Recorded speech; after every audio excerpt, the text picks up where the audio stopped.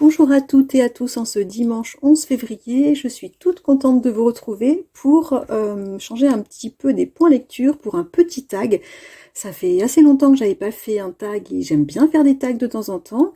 Voilà, donc ça c'est un tag qui s'intitule Mes goûts littéraires que j'ai vus et appréciés sur la chaîne Je peux pas, j'ai culture et je l'avais également vu sur la chaîne d'Hélène, de la chaîne Hélène Wonder Books. Deux chaînes, deux personnes que j'apprécie beaucoup et que je vous recommande. Je mets les liens vers les chaînes en barre d'infos. Alors il s'agit d'un petit tag composé de 10 questions qui permet, comme son nom l'indique, de parler de ses goûts littéraires.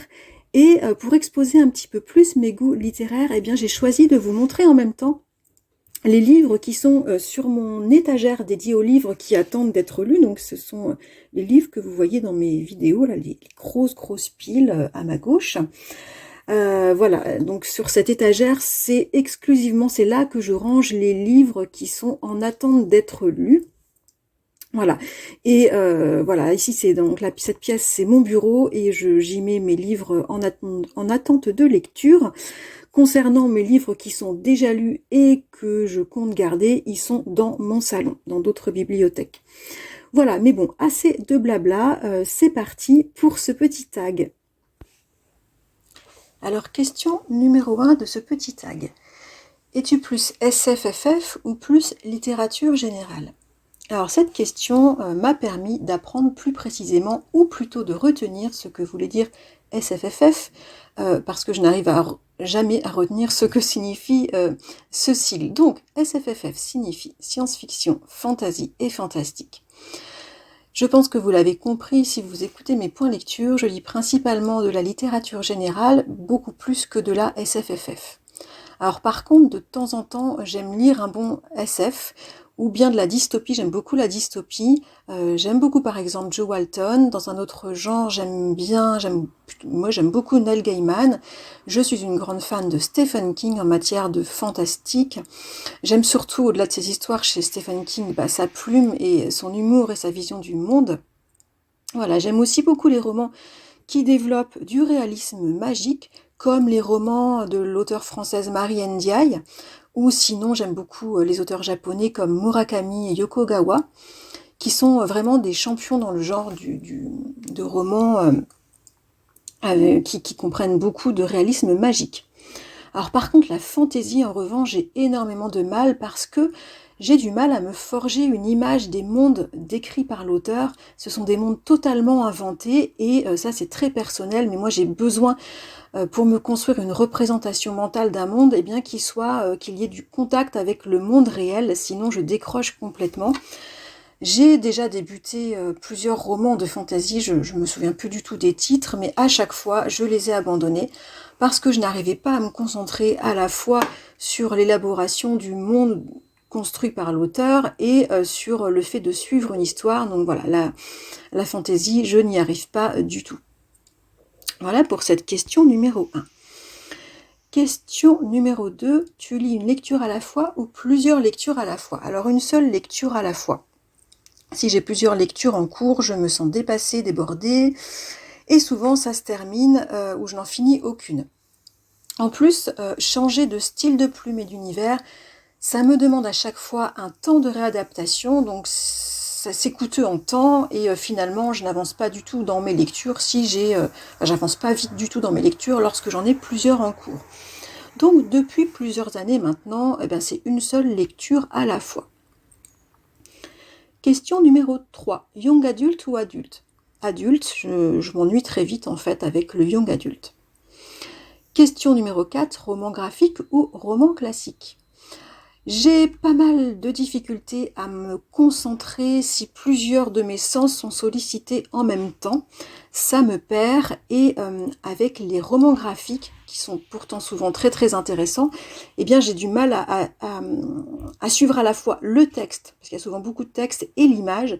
Je ne raccorde pas du tout les deux, du coup je ne comprends pas, ou alors c'est très très coûteux, et bien ça m'agace. Donc principalement du roman. Ceci dit, par contre, j'aime lire de temps en temps des mangas, parce qu'il y a assez peu de texte dans les mangas, on doit beaucoup plus se concentrer sur le dessin.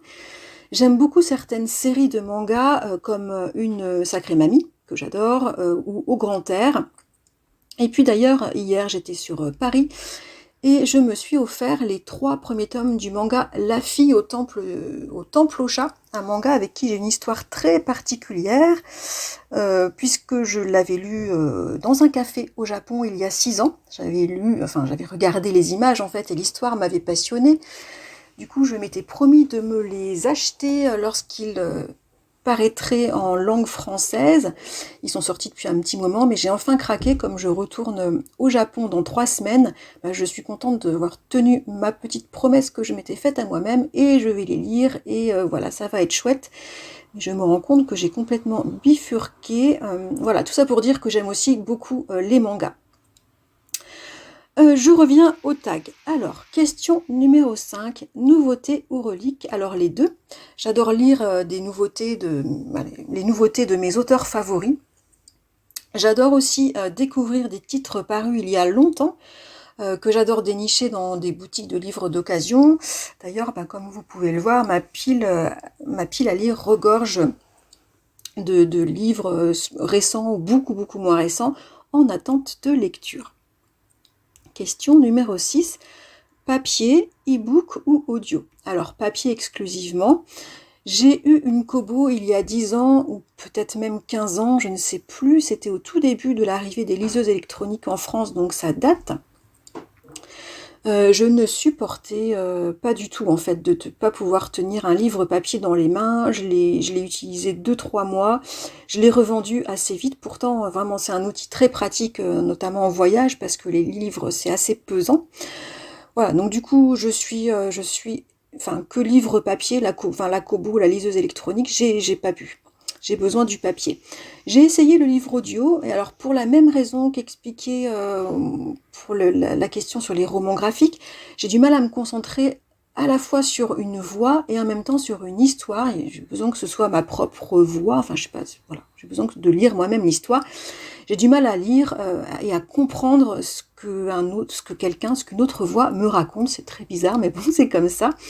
En plus, avec les livres audio, j'ai l'impression que le lecteur me pique l'univers du livre. Je n'arrive pas à me construire mon propre univers si c'est quelqu'un qui me lit l'histoire. Donc voilà, dans le livre audio, ça a été un gros fiasco pour moi. Vraiment, c'est que le livre papier pour moi. Question numéro 7. Saga ou one-shot? Alors, j'aime beaucoup les sagas, mais en fait, mon problème, c'est que je me lasse très très vite dans beaucoup de domaines. En termes de lecture, j'ai besoin de changer de style d'écriture, de personnage, d'histoire, d'ambiance, même d'époque, assez vite. Souvent, je m'emballe pour des sagas, et puis l'emballement s'étiole, je lis d'autres choses, ensuite, et j'ai plus du tout envie de retourner dans l'univers que j'ai aimé. Ça me fait ça, par exemple, en ce moment, avec la saga des 7 sœurs. J'ai vraiment adoré le tome 1. Je me suis dit que je devais m'acheter le tome 2 pour lire ensuite la suite, quoi. Et finalement, j'ai lu d'autres choses entre-temps, et là, j'ai plus vraiment envie d'y aller, même si, bon, j'y retournerai parce que je pense que c'est très bien. Mais voilà, mon emballement s'est vite arrêté. Pareil pour la saga des Casalets, que j'aime beaucoup. J'ai continué de la lire, j'aime beaucoup à chaque fois, mais je sens qu'à chaque fois, quand même, mon emballement s'étiole et je me force un peu à terminer. Donc voilà, les sagas, oui, mais vraiment, je préfère les romans, ou one-shot, comme on dit. Question numéro 8. Grand format ou poche? Alors, poche, comme vous pouvez vous en rendre compte en regardant mes livres de ma pile à lire. Alors déjà pour le prix, comme beaucoup de monde, mais alors surtout pour le poids et aussi pour la taille dans le sac, mais aussi principalement parce que je lis beaucoup, 1 heure, 2 heures, voire 3 heures dans mon lit avant de m'endormir le soir, et c'est beaucoup plus pratique un livre de poche, il se referme pas, c'est plus facile à manipuler, il s'ouvre beaucoup plus naturellement. Mais bon, il m'arrive de m'offrir ou de me faire offrir aux anniversaires ou à Noël des livres grand format, surtout si ce sont des titres des auteurs fétiches que j'adore, s'il y a des titres qui viennent de sortir, donc voilà. Donc là, ça m'arrive de ne pas pouvoir attendre leur sortie en poche. Question numéro 9. VO ou VF? Alors VF parce que je ne maîtrise pas assez l'anglais pour lire en anglais. Question numéro 10, et c'est la dernière question. Pavé ou roman court? Alors, les pavés, comme je l'ai déjà dit, je me lasse très vite. Donc, au niveau des pavés, il faut vraiment qu'il y ait une écriture, des personnages et un univers auquel j'accroche fortement pour que je les termine avec enthousiasme. Et ça, c'est vraiment assez rare. J'ai eu ça dernièrement pour les romans de Pat Conroy, par exemple, qui sont des pavés que j'ai engloutis et je n'arrivais pas à m'arrêter. Sinon, ça me fait le même effet pour les Zola, par exemple. Pas de problème pour les engloutir. Mais souvent, si je n'accroche pas trop, enfin si la plume n'est pas un emballement total, ni l'ambiance, eh bien je décroche et je finis par abandonner.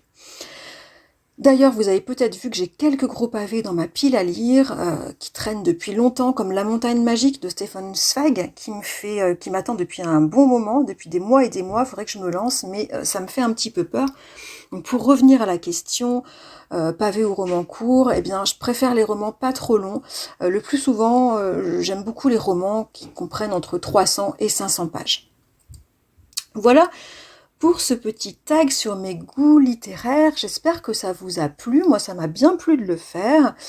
Si ça vous tente, n'hésitez pas à me donner vos réponses en commentaire. Je serais curieuse vraiment de lire vos réponses en la matière. Et puis, ou bien vous pouviez bien entendu reprendre sur votre chaîne, sur vos réseaux sociaux, ce tag qui est très sympa. Je serais ravie d'aller vous lire ou de vous écouter. Voilà, je vous laisse ici pour cette petite vidéo. Je vous souhaite un très très bon dimanche et je vous dis à très bientôt.